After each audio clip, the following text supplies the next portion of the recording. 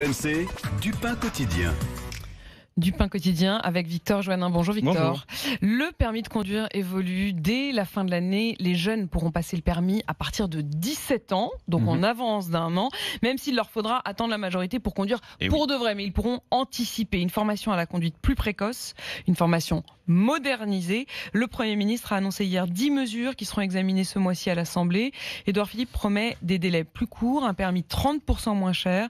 Victor Joannin, est-ce que c'est réaliste ? Alors difficilement, il faudrait pour cela que les auto-écoles jouent le jeu. Le gouvernement annonce par exemple la mise en place d'un comparateur en ligne où sont recensées toutes les auto-écoles de votre région avec des informations standardisées, les tarifs, les taux de réussite ou le délai entre le code et l'examen pratique.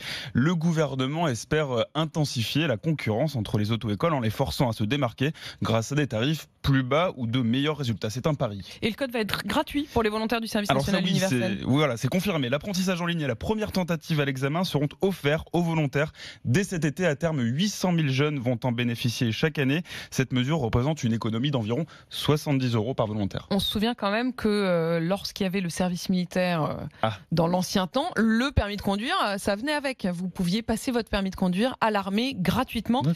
Donc effectivement, ça n'est que faire revenir le permis de conduire dans ce nouveau service des volontaires. Mais le code, ce n'est pas ce qui coûte le plus cher, évidemment. Non, c'est surtout l'apprentissage à la conduite. C'est bien 70 €, mais ça couvre pas la totalité du permis. Et oui, c'est l'apprentissage à la conduite qui coûte le plus cher. Voilà pourquoi le gouvernement veut développer l'accès aux simulateurs de conduite. 1 heure de leçon sur simulateur est 30% moins cher qu'une heure dans un vrai véhicule. Mais aujourd'hui, l'utilisation de ces machines est plafonnée à 5 heures sur les 20 heures minimum de formation. Avec cette réforme, ce sera le double, 10 heures. L'État va également encourager les auto-écoles à s'en équiper grâce à une incitation fiscale. Et le gouvernement espère que ces mesures permettront à chaque candidat d'économiser 135 € sur sa formation.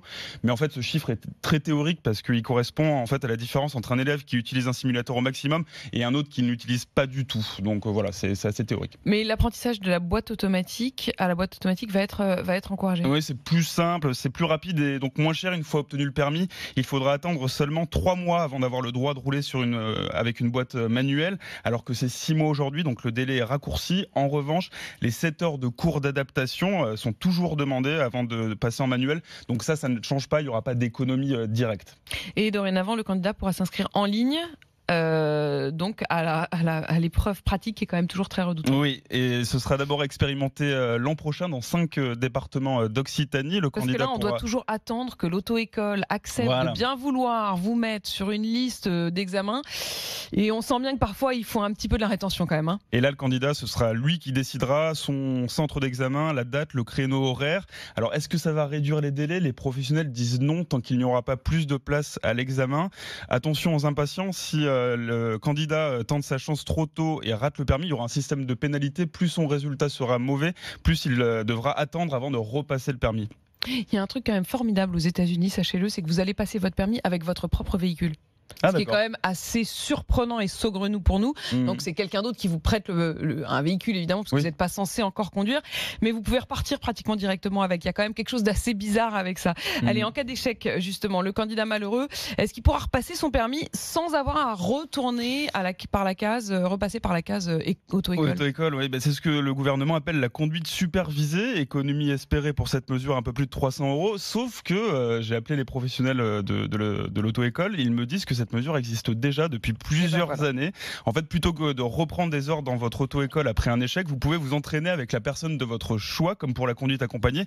Pas de délai ni de formalité, il faut juste l'accord de votre assureur, mais aussi le feu vert de l'inspecteur du permis de conduire, parce que si vous n'étiez vraiment pas rassurant lors de votre épreuve pratique, l'inspecteur peut quand même vous obliger à reprendre des cours dans son auto-école. Mais en fait, le gouvernement souhaite démocratiser ce dispositif qui existe donc, mais qui n'est pas assez connu. Mais c'est un sujet essentiel pour la question de la démocratie, de la méritocratie. On en parle beaucoup en ce moment. L'accès à l'emploi, il y a quand même ce coût de passage au permis qui, pour beaucoup de familles, est très compliqué pour que leurs jeunes puissent commencer à travailler. Mais beaucoup d'aides existent. Il faut se renseigner. Elles ne sont pas assez connues. On peut avoir un financement de son permis. Notamment du département. Les départements ont des dossiers des jeunes qui demandent, notamment si tout d'un coup ils trouvent un job et qu'il leur faut le permis pour ça. Les départements de France donnent beaucoup de coups de pouce là-dessus. Il faut effectivement rendre à César ce qui est à César. Merci Victor.